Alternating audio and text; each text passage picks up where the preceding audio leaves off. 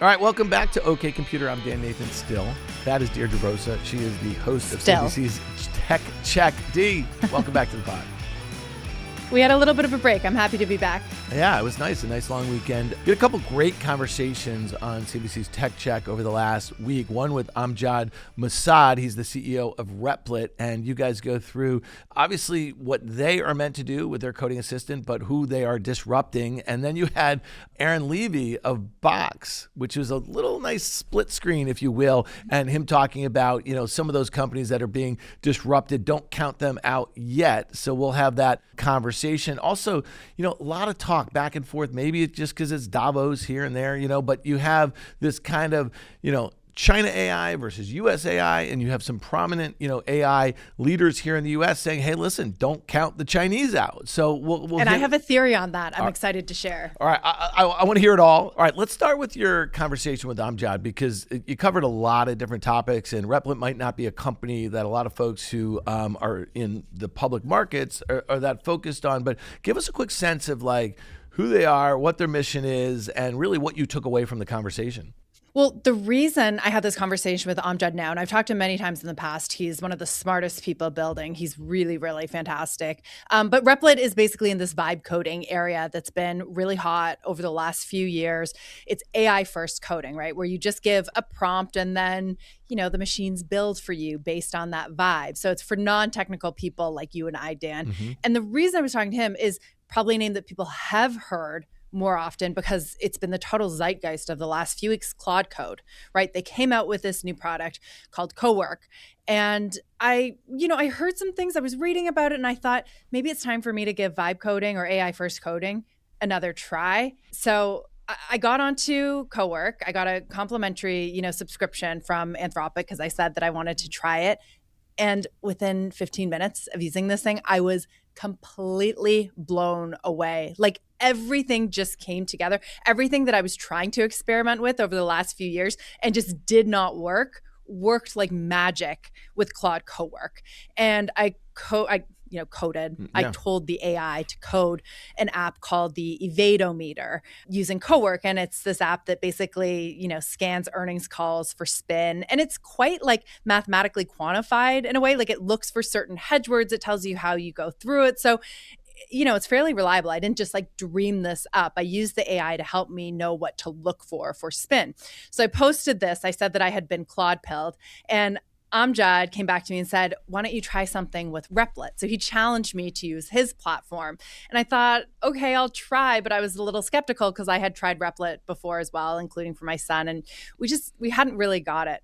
Again, within 15 minutes of using Replit, I had vibe coded another app, this one called Market Bling, which is something that I've always wanted. I remember when I started in Singapore more than 10 years ago, I always wanted, and you'll appreciate this, Dan, a hockey-like lamp, the ones that goes on top of the goalie mm-hmm. net or behind the goalie net mm-hmm. that goes crazy and flashes and makes loud sounds whenever someone gets a goal. I wanted that for market events. If a company hit a certain market cap, it would just go off in the newsroom. So I was able to vibe code. I called it Market Bling, the digital version of this, and it worked. And I showed it to Amjad, and he said, this is great. I like the sounds that you put in. I go, I didn't put in sounds. The AI did. Yeah. So it is very intuitive. And this was really the ChatGPT moment for me for AI first coding. And I think it's going to be for a lot of people. And so that conversation with Amjad is just where are we right now? And is this really the moment where we could disrupt something big like the software complex, which has been in a world of pain ever since Claude Code came out with this tool? We'll put that interview in the show notes. It's really great. And it's really interesting. You called him a builder. And I think that's something that is coming out in this sort of cycle that we haven't seen in past tech cycles. And I know we're going to talk about SaaS. I mean, when you think about when a lot of these platforms were made in the 2000s and became, from an enterprise standpoint, very popular, you know what I mean? When I say popular, very useful, if you will, it wasn't a builder sort of environment. Yeah, you had lots of, engineers who worked for these big companies, but what's going on now is the exact opposite, right? All these engineers have left these big companies and they're creating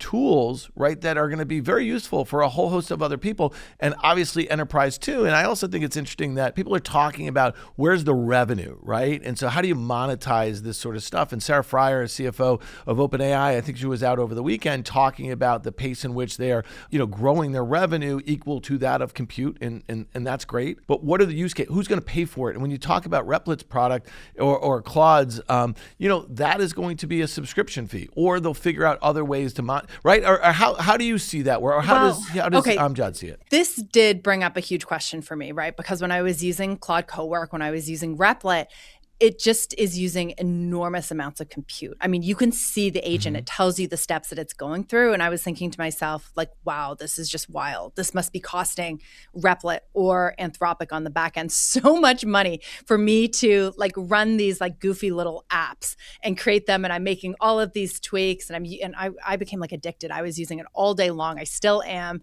It's so much fun to use.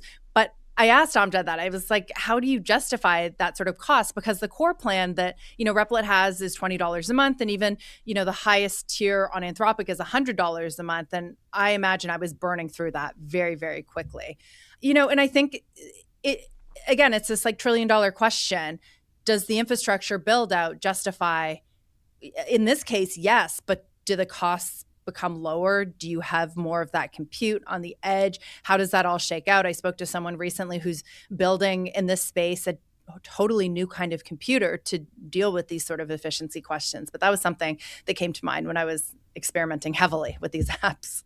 Yeah, and that brings us to, again, back to that split screen, and we can talk about that conversation you had with Aaron Levie on Tech Check. This is Ben Ritzis was out from Milius, and he was doing what you're doing, I think, using Claude Opus 4.5, and he was talking about what that model meant for Anthropic and the way he sees it affecting SaaS. And, obviously Salesforce, Adobe, some of these names. I mean, I don't know if you've looked at the chart of Adobe over the last couple of weeks. It's dropped 20% in about 2 weeks, which is just astounding. And it's nearing 5-6 year lows or something like that. So investors are throwing out the baby with the bathwater here. And it's really hard to find, outside of some major M&A, what will change this sort of narrative. And I'm just curious. So, just give us the background with Aaron and where he sits as it relates to Box, because again, this was once an innovative company. I want to go back 10, 15 years or something like that. And in many ways, I'm still amazed that they're hanging around for whatever that's worth. Right. So obviously, Aaron Levie wants to sort of defend the software space because he is a software company. And, Amjad Masad at Replit, he's sort of the new era of software company, is less afraid to, say that it's going to be disrupted. And by the way, Amjad, I did ask him this a number of times, say, where does this, do we need all of these software companies? And both him and Aaron agreed in that you're going to need, good software companies, ones that deal with systems of records that cannot be replicated through AI first coding, that are just so complicated. You don't really want to bring that internally to a company. You want to outsource it to a Salesforce or even a Workday. I had another conversation at a dinner last week as well, though, where I pushed someone on this, and everyone seems to say Salesforce and Workday, they're going to be around for, many more years. But there are some companies that won't be, someone I know pointed to a Zendesk, maybe an Atlassian, companies that don't have that systems of record moat and can be more easily disrupted. But, you said, look at Adobe. I read somewhere, I can't remember where, but I thought it was kind of interesting. Someone said that Salesforce is almost acting like an inverse AI stock. Every time you get an AI breakthrough, Salesforce goes down, which is so ironic because Benioff has spent so much time trying to position themselves as the, Agentforce AI proxy. Yeah, and that's one of the things I find also interesting, that you have folks like Mark Benioff, who kind of really led, the charge over the last 15 years as it relates to SaaS, and that was such a new, innovative model, right? And now you hear, you continue to hear him. He goes on Jim Cramer's show every quarter, and all we hear about agents, and how they're well positioned and the offerings that they have for their existing customer base, but investors aren't buying it, and that at the end of the day, that's where the rubber hits the road. Amjad at Replit has not replaced Salesforce. I thought that was notable. He's had, non-technical people, he says, in the company, vibe code HR software, but he's not planning on getting rid of Salesforce anytime soon. So take that for what it's worth. Yeah, and on the software front, here's a company obviously that was a huge beneficiary because of their investments, but also I think defending their moats a bit was Microsoft, right? So if you go back to, let's say, 5 years ago or so, they started investing in OpenAI, and then that huge investment, I want to say at the end of 22, right before ChatGPT really kind of caught the world by storm. And, it's interesting, some of the commentary out of Satya, and I know this a guy that you have followed or reported on for a long time. I know you had a lot of great conversations with him too. He seems to be very open to what is, it's a two-horse race right now between the U.S. and the innovation here and the models here and the way they're built and how they're used, and then what's going on with China. And you and I have talked about this a bit. So, Brad Smith, who is the president of the company, I mean, he's been out there talking about it over the last, couple weeks. He had a comment, we have to recognize that right now, unlike a year ago, China has an open source model and increasingly more than one. That is competitive. They will benefit and enable to basically undercut American companies based on price. So, we've talked a lot about the open source and then the closed models that we have here. We've talked about the obviously Chinese subsidies. Make no mistake about it. I mean, OpenAI, remember that when Sarah Fryer got herself in a little trouble, they were talking about,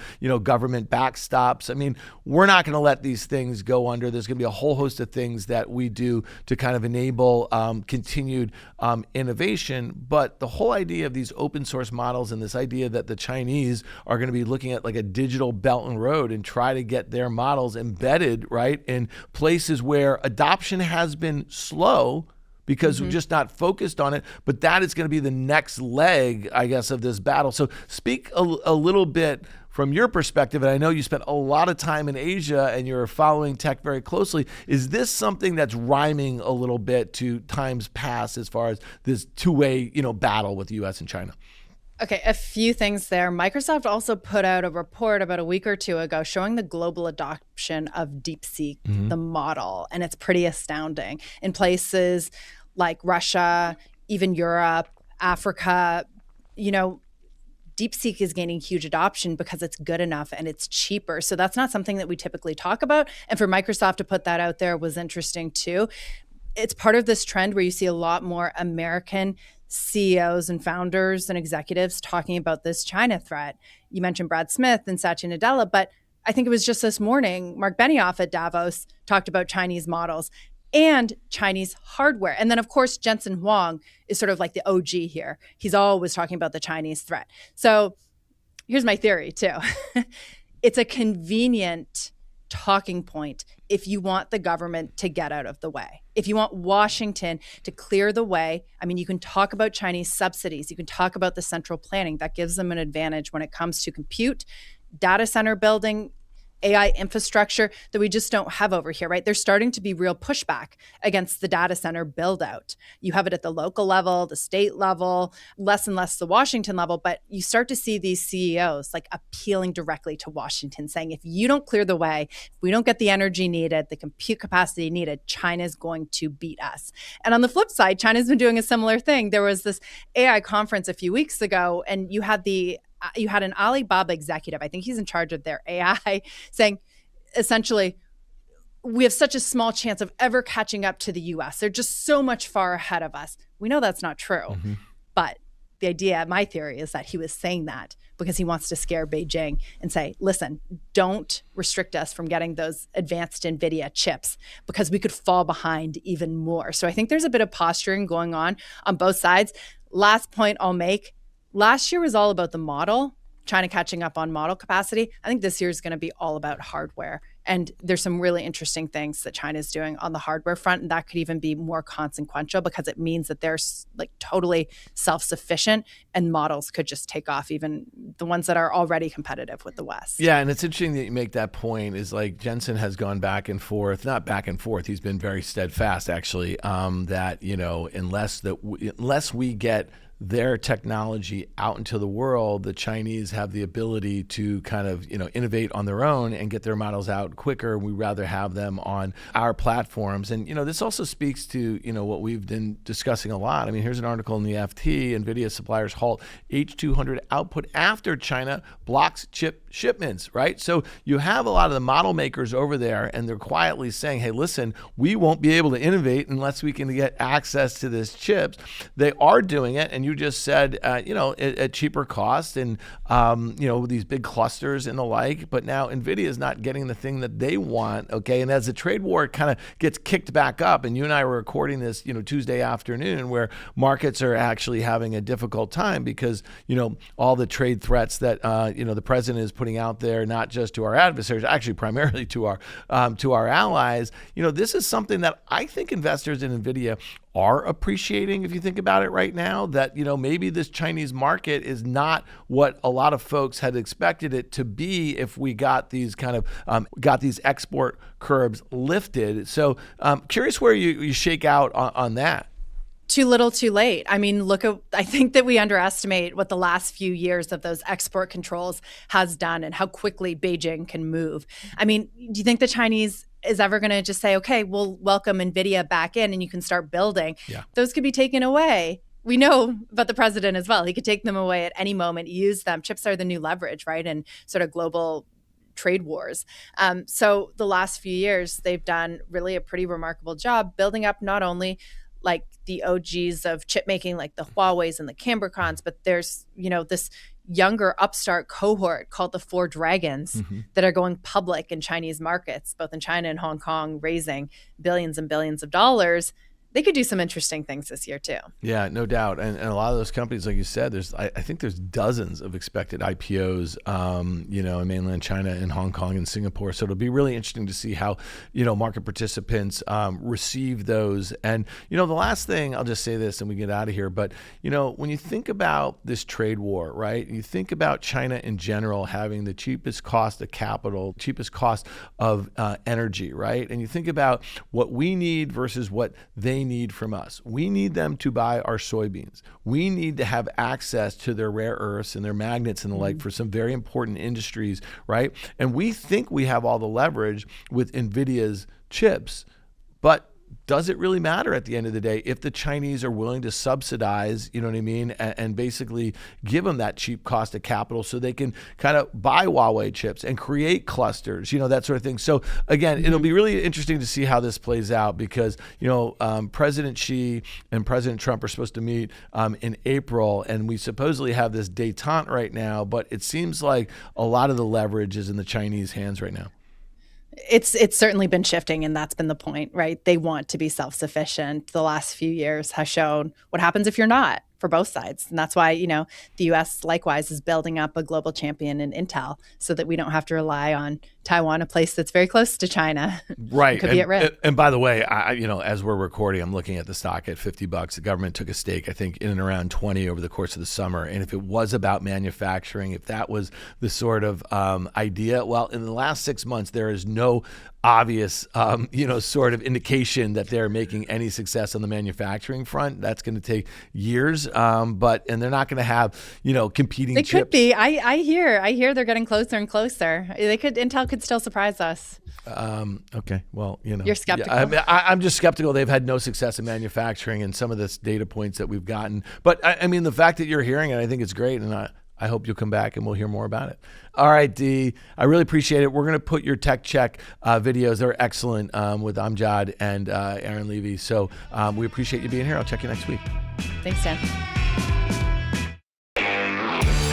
All right, welcome to OK Computer. I am Dan Nathan. That is Gene Munster. He is the managing partner at Deepwater Asset Management. Gene, welcome back to the pod, the first pod of this year with you and me. Amazing. Yeah, it would be appropriate for me to highlight this has got to be one of my top, the 4 times or 6 times I join a year, whatever it is. I always enjoy it. So thanks for having me on. Well, I appreciate that. And I think that not only I, but our listeners and our viewers really appreciate you. You are doing a lot at once. You're obviously an investor. You guys put out a lot of research, both in the public and private markets. So this is one of the main reasons why, aside from just our friendship that I like getting your takes because, and we're going to talk about some of this today, your experience in working with Claude's new, coding assistant and really what that means for some of the other companies that we invest in the public markets and some of the trends that we're seeing. So we're going to hit all that. I want to hear a bit about your pressure points that you see for the AI trade broadly in the public markets. We have earnings season coming up, and I just want to tease us a little bit on the vibe coding. We have Deirdre Bosa. She is the host of CNBC's Tech Check. She and I just had a great conversation talking a little bit about this, thinking of it through the lens as a journalist. So from an investor's lens, I'm really excited to hear what you have to say. All right, Gene, where do we want to start here? Because I know it's the beginning of the year, we're 3 weeks in, and people want to hear your outlook. Where are we in this trade? Because at this point, 23, people were trying to figure it out. 24 was the year that things really blew up, both publicly and in private markets. 25 was the year that people got really comfortable with the narratives, but we started to see some dispersion, right, in the public markets at least. Where are we in 2026? How are you thinking about it from an investment framework? I mean, I think the market overall is still skewed more optimistic, more bullish. But if you're going to look at that percentage, I think it's a higher percent that has some concerns about what this year is going to end up playing out like and what next year is going to look like. And as evidenced by how some of these stocks are trading, you look at the good news that has happened with NVIDIA this year and its performance. You look at Apple's just over the past week. The data points, especially from China and some of the iPhone sales have been, from the Counterpoint research front, has been pointing to measurable upside, and the stock is down and it's underperformed the NASDAQ. And so I think that the big picture here, Dan, is that I think that there's still this kind of sense of concern. And I think at kind of the center of all of it is this kind of view around training, this view that ultimately, like, how much infrastructure is needed for training, which means how is NVIDIA's business going to be, and as a proxy to NVIDIA's business, the rest of the AI trade. And so I think that's the state of the union. I think the market is missing something materially in terms of the impact of inference and how that plays out. We can talk about that, but that's the state of the union. I think I would, even if I was going to sum it up, it's kind of a show me year for AI. Yeah, and we can talk about that, like training versus inference, but just, taking a step back, it seems like Jensen Huang at CES, a lot to say, as he often does. And, it's just not participants there who are in technology, but analysts, investors, everyone's kind of falling on his every word. And it felt like, in the last couple of years, it was probably more impactful, maybe not just to the NVIDIA stock or story, but really going out across the ecosystem. And it really felt like all that good news that you just mentioned that came out of CES and a bunch of different names really did not have an impact on the stock market. From a sentiment standpoint, what does that mean to you? It means one or two that the market is looking beyond the good news. I think that most investors would say that what Jensen is reporting is in fact going to happen. And what he's reporting is that they're going to have upside to the street's 51% revenue growth for this year. And when I see good news, good positive data points and stocks trading down, it just is a sign that there's something else going on. And to your point, I think it may be something as far out as, what happens with 2027. It may be that upside isn't as much, but I think that the details are less important. What is more important is this sense that investors have that the positive narrative around the AI trade is diminishing, that second derivative factor. Yes, it's growing. Yes, it can have upside, but the magnitude of the upsides is diminishing. I think that generally is what's going on right now. And as someone who's really optimistic about how this plays out concerning stock action, I believe ultimately that it will yield higher share price. But I think that's what's going on. It's just this consensus. I think if you were going to sum it up, those investors who are becoming more nervous, who are selling into these positive data points, would probably say something to the effect of NVIDIA is a great company. They're going to grow really nice, but it's just not going to be a great stock this year. Well, which is crazy to me at this point, because you're talking about a PE to growth at like 0.5. Yeah, I mean, really, and people have been pointing, and you've been making that point that, if everyone was focused on valuation back in 23, you know what I mean, on the big ramp, you should be equally focused on valuation on the way down, despite the stock, has just kind of sat here, gone sideways for 6-9 months or something like that. So it'll be interesting to see, to your point, how it plays out, because investors seem to be, nonchalant about the name. And you've seen money move into other areas of the kind of, ecosystem, if you will. Memory storage have just seen this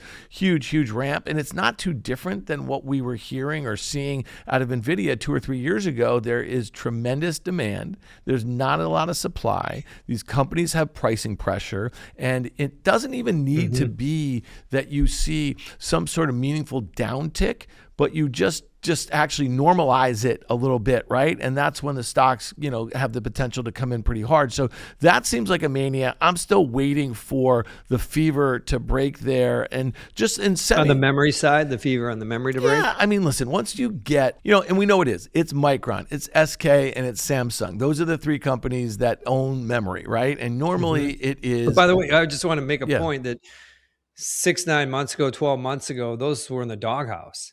Yeah. Yeah, I mean, and then if you look at storage and you see, Western Digital spins out SanDisk and it's up 500% since that. And this is the thing. All right, this is going back to your sell side days, okay?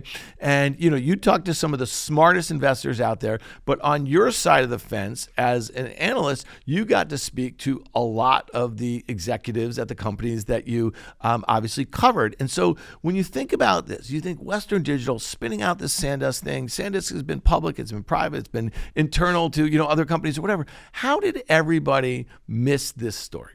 How did you miss it within a matter, and I don't mean you personally, within a matter of 6 months? The market miss it. Yeah. The reason is that those businesses, and this is a little bit of a dynamic what's going on with NVIDIA, those businesses, the memory business, NVIDIA business before, or boom and bust business. Before NVIDIA's business took off and in fiscal 23, calendar 23, their revenue was down. I think it was like 5%.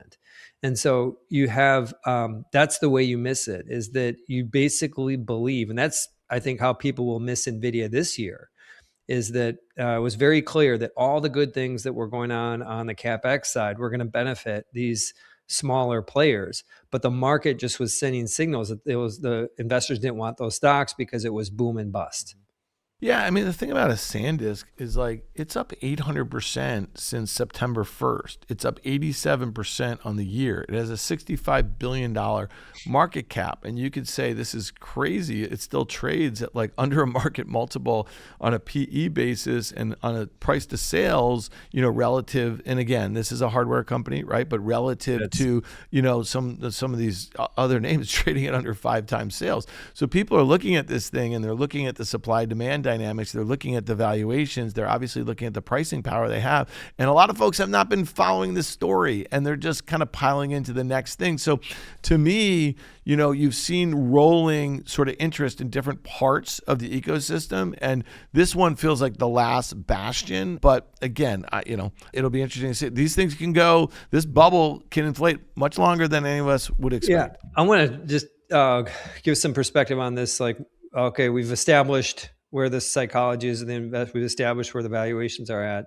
But one belief is that this year, NVIDIA is probably going to grow at 65%. That's a similar growth rate as calendar 25, which just sounds counterintuitive, but they lost that China revenue in the back half from basically May on, which created that kind of dynamic around similar growth rates year on year. But I want to go back to that inference point. And one of the benefits at Deepwater that we have is that we're not only investors in private and public companies, but we also are practitioners of this technology. We have an affiliate company run by Doug Clinton, Intelligent Alpha. Doug's the next level human being, and it works really close to what's going on and has been noting over the past few months is there. So what Intelligent Alpha does, it uses machines to make stock predictions. It turns out the machines are beating the humans. But as it as they continue to refine the prompts within it, the machines are thinking longer and longer, 20, 30, 40, 50 minutes. They're thinking so long on some of these prompts that they're having, the development team is having to break down the prompts. There could be, I think it's at the most basic level is intelligence is thinking, which is inference. It is not, intelligence is not an infrastructure build. It is not a CapEx number. It's actually thinking.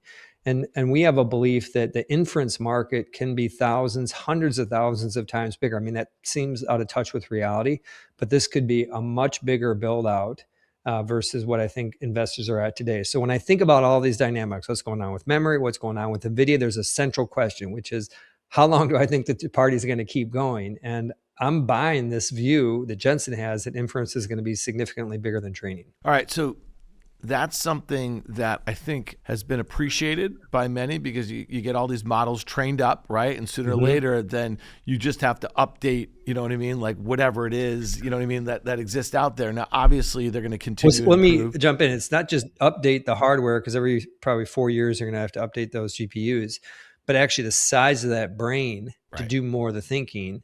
It's not used for training. It'll be used for inference. But I actually think that the raw number of GPUs will be greater, meaningfully greater in an inference world. Well, what does it mean if you want to apply, and I think this is something that Jensen probably doesn't think exists anymore, like the traditional dynamics of, let's say, Moore's Law, right? I mean, because, you know, a lot of the investment thesis is that in this whole sort of space on the hardware front is that no longer exists. Like, you know what I mean? Like we basically, we flipped the script a little bit. And so how do you think that? Like the double the, you know, processing power and half the cost, you know, that's not something that seems to be pervasive in the investment landscape. On the CPU side, Moore's Law is being challenged. I lose track whether it's still intact or not. If it is intact, it's just fractionally just holding on by a hair there. On the GPU side, it seems that you're seeing some pretty meaningful impacts. They're talking about Rubin, the next generation of the Blackwell chips, to have 10x the compute power of Blackwells. And there's different flavors of Blackwells, but in general, we're still seeing this kind of exponential growth in GPUs. And so the simple takeaway is that the Moore's Law seems to be waning, but on the GPU side, it seems to be a version of it seems to be more than intact. Okay, and let's just take this a step further to, let's say, the hyperscalers, right? And it seems that, you know, the Microsoft story seems very different than the Google story, and very different from the Amazon story, and very different to the Meta story. And I think there was a time in maybe 24 where you could have thrown a dart, not at Google, but at those other names I just mentioned, where you're going to get the similar sort of narrative, right? And at the time, Google's narrative was just behind, misexecution, you know, lack of clarity about what their vision was for it. Their cloud business was just not growing the way that, say, you know, those competitors I just mentioned.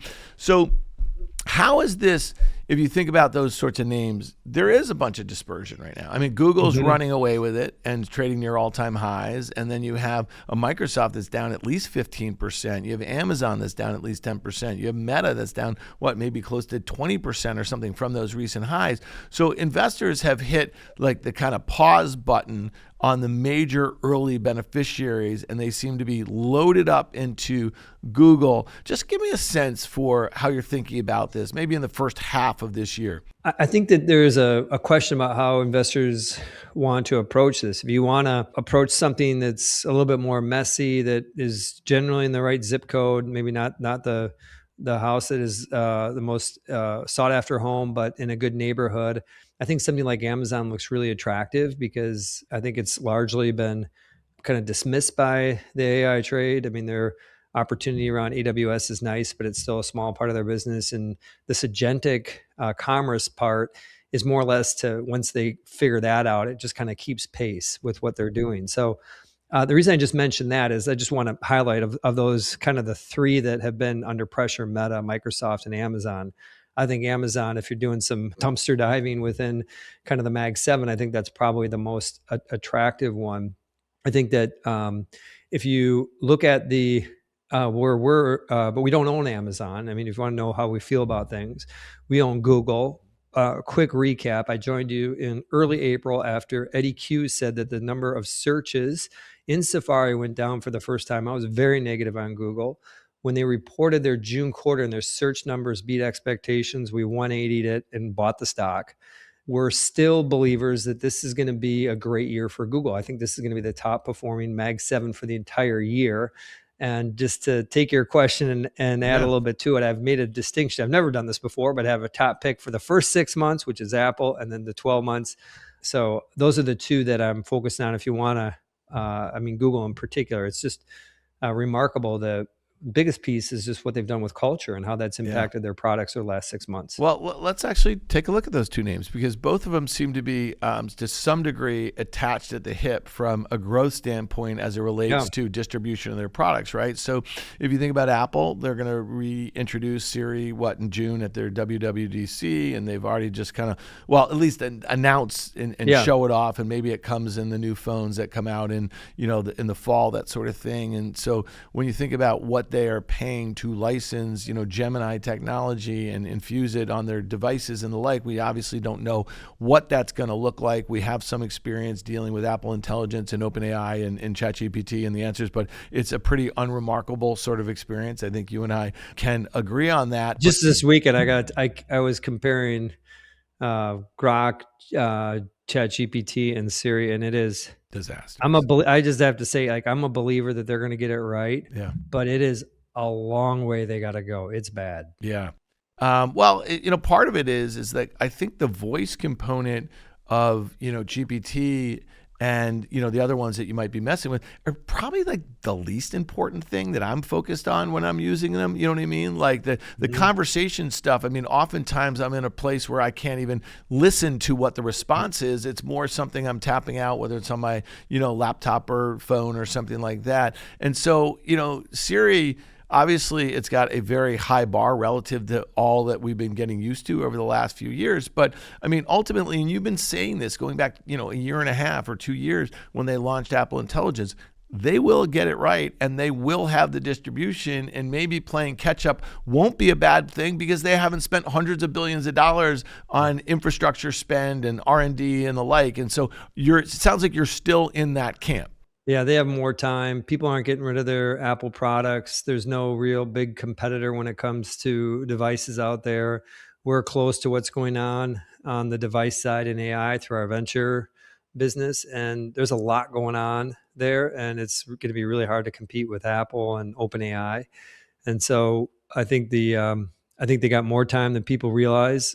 If they miss the bar on the new Siri, Apple's going down. It probably goes down materially, 15%, 20% on something like that. But I think it reclimbs back because eventually they're going to get it right. Their future depends on it. And Cook's a great operator. So I think that's why you can sleep well at night being an Apple investor. But my view over the first 6 months is I think they're going to show something in the first 6 months.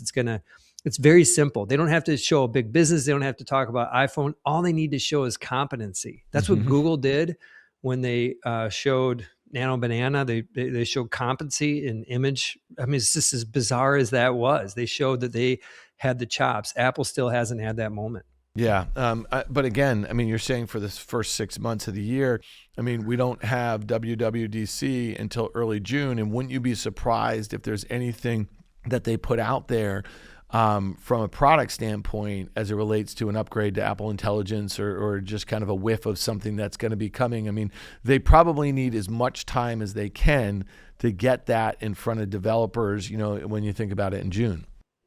I think they're going to show something. They may release something. They may actually release something before. They may be a little bit after, but they need to show something at WWDC. They know that's the bar. And so I think we're going to see something. And so by my math, that gets us just inside that 6 month window. And we should, my expectation is that the multiple expands as they just show competency. Yeah. All right. Going back to the coding assistants, I know we're jumping around a little bit, but let's hear a little bit about, and we'll get to Google, I promise.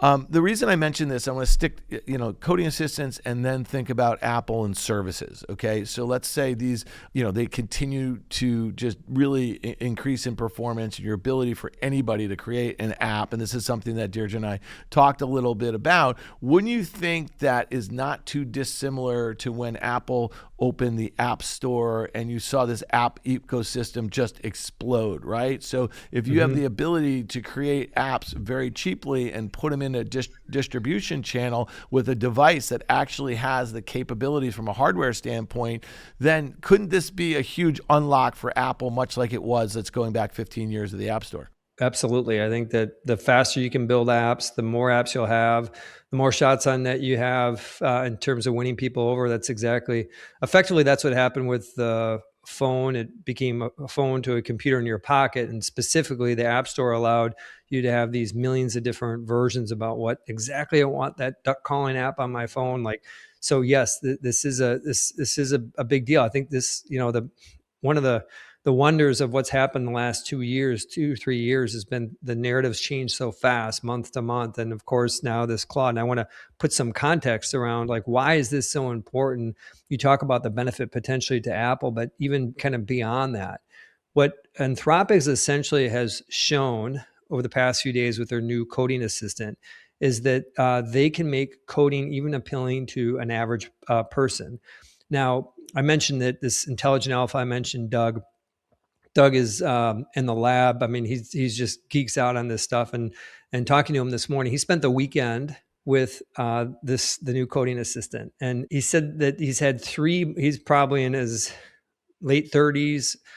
He said he's had 3 tech moments in his life. One was when he started using AOL. The second, when he got his iPhone and he just kept playing with it. And the third was last weekend with this coding tool. He said he couldn't wrap his mind. He saw that Anthropic cut XAI off for access to this. That shows you how good of a coding tool. And basically what he started to do, just to give you an example for your listeners, what are we talking about here? It could be building any app that we just described, anything we can dream up. In the case of Intelligent Alpha, what he's using is the Claude Code to build a sentiment regression tool. It's something that quant shops use frequently. They may spend years building something like this. And the case of Doug and playing around with it, he was able to build something in a weekend. And so there is, that's the example. And that's why it's not, just to take it a step forward, this is not about everybody becoming an app developer. That's not, even though that potential exists now, regular people can build apps. What it speaks more to is just how these tools are advancing, how the intelligence of Claude is advancing, how some of the struggles that OpenAI has had when you compare it to what their product roadmaps have been. And I think that the highest level takeaway is this narrative that AI just doesn't have the utility chops.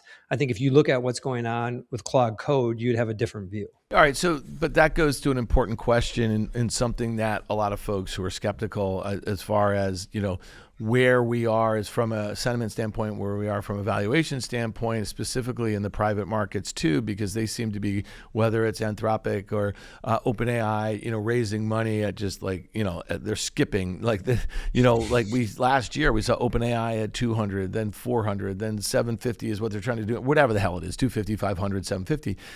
They obviously need to raise a lot of capital to build out the infrastructure, to create the models, and then they got to figure out how to make money doing it, right? And so for Doug, this weekend, he, is doing something that is really important to, let's say, the future of his and your business. You're creating something. You feel like you're, at the doorstep of something. You have large competitors that run $30 billion multi-strat funds that employ dozens, right? And it's an arms race for this sort of talent, right? And you and a couple of, folks can sit there and play around with it and come up with something pretty good. So I guess my question is, it takes a lot of compute, which takes a lot of energy, right? And how is Anthropic, how are they monetizing it? Did you guys just pay $20 a month? Is that what you're paying to do this? I think we paid $200 for a pro version of it, but still, whether it's 200 or 20, it's the same conclusion. How do these companies ultimately make money? Is that there needs to be, and this is a theory that we have, is that you have this pricing decline that Altman's talked about, I think 100x a year. That's about as sharp of a pricing decline as you can imagine. You have to have some level where the most advanced models don't have that kind of pricing pressure, and the usage of them goes up vertically. Right. So the beautiful thing about this conversation is it ultimately comes down to a view of the future, and from our perspective, we're seeing really some substance of value. Now, we don't have the budget to spend hundreds of thousands of dollars with Anthropic. However, we do have budget to spend tens of thousands of dollars, Right. and that's going from zero. Yeah. Well, that's helpful. And so, okay, so Apple, first 6 months. On the flip side of that, and we kind of started this by bookending, Apple and Google. So Google is your favorite Mag 7 for the whole year. And so Google, obviously coming into where it is right now, is trading at all-time highs. It's massively outperformed most, if not all, of the mega cap tech stocks. How do you get comfortable continuing, to have this as your top pick as it's outperformed massively? And again, the valuation of this one, I know who gives a shit, I guess, but it stands out a little bit for the first time in a while.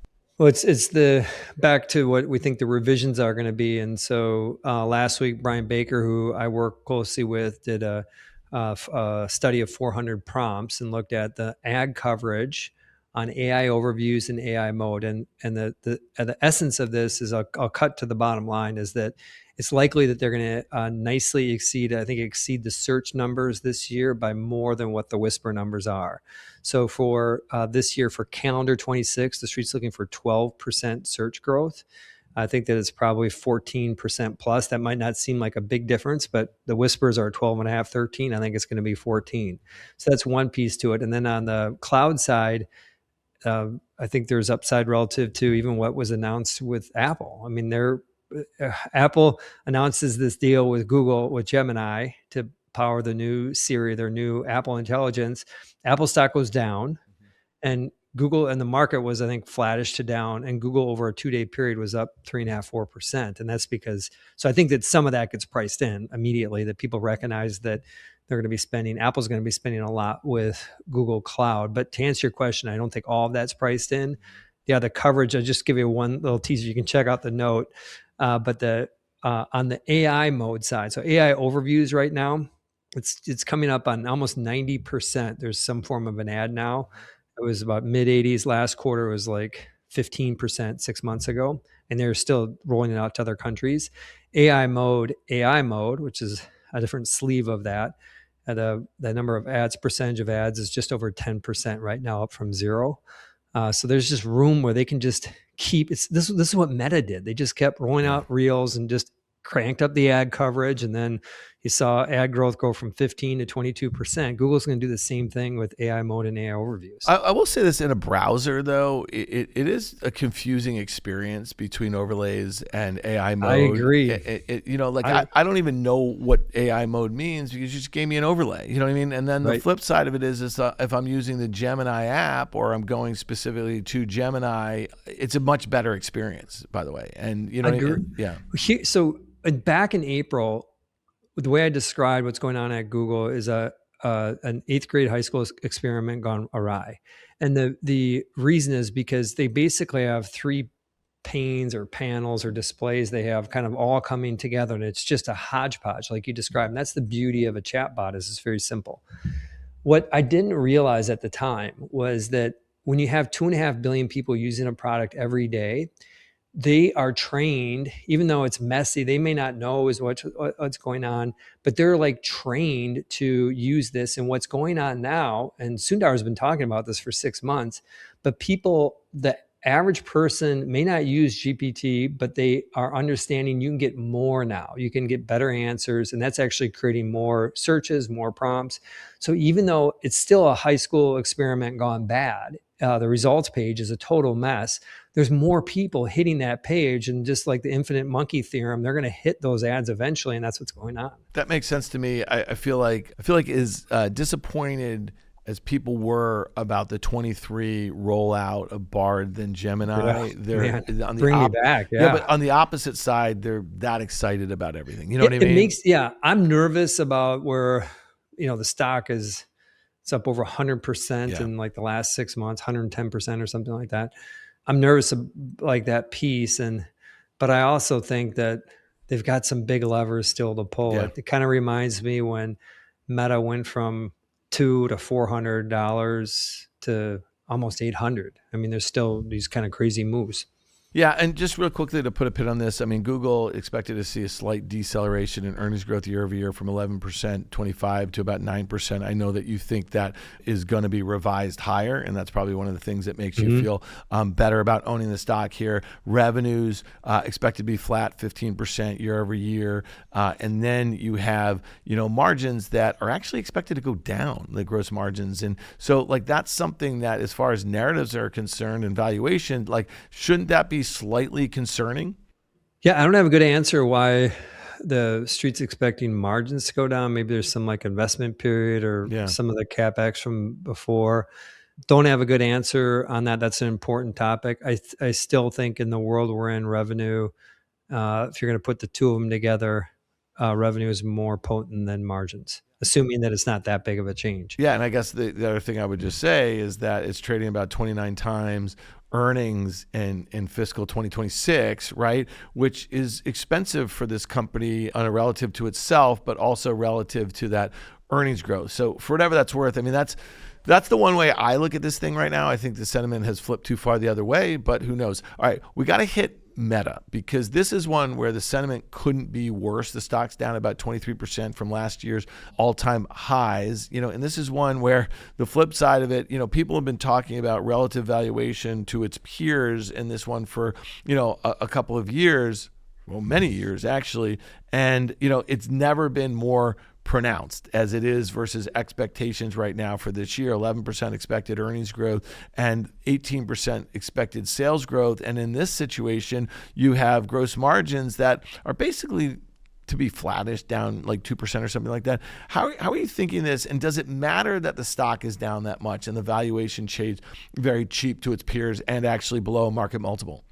So we've cooled more recently on Meta and felt like the period where it needs to kind of rebase itself is going to be a little bit longer. We felt that there's increasingly better opportunities. The bigger picture is, if you go back and look at the run in the stock that I had just mentioned, is that's pretty much exactly where margins bottomed. And then they had these positive revisions. And part of it was this year of efficiency. I think I always get what Google's language was and Meta's, because they kind of did the same thing at the same time. But margins started to improve. And then, of course, the script flipped after the report of the September quarter. And they talked about, like you mentioned, is that earnings growing at 11% and revenue growing at 18%. And that's not a good thing. So then the question comes down to when it's not about margins going down. So they went from roughly like 42%, and now in the street's looking for almost 42% in December, but for March and June it goes to like 37%, based on the numbers I looked at last week. So what matters is, when do those numbers start moving higher, and what are the levers that they can do to reverse it? Now, typically he signaled that we're going to have this investment period. He's not going to go and reverse it in a quarter. They're going to take some time and take. They've paid the price on the stock here, so I don't think that they're going to reverse it immediately. But I would point out they're still being aggressive. He's still being aggressive. These 1,500 headcount within what they did with Reality Labs last week. So put that in a context, that's basically, it's like 3% of total headcount. They've got like 78,000 total. And if you do the $200,000 fully weighted per person, you get 50 basis points back. So it's a move in the right direction. But relative to what they spent on a lot of talent, you know what I mean, over the last 6 months or so. It's small relative to the hundreds of millions of dollars of pay packages that they're putting out there. But it's what matters is that he's still caring about margins. Like, if he didn't care about margins, he's got plenty of margins to generate cash. He could take his margins to 30% if he wanted to, but he still cares. He's still trying to create the culture of making sure your chops, and that what the stuff that they're cutting is stuff that probably should have been cut 2 years ago. It's related to VR. But I think to put all this together, how do I feel about Meta? I think it's getting closer to a buy. I need to be careful. Or do we still own it in some funds or not? I don't know the exact or where we stand on the ownership side on this, just to be clear.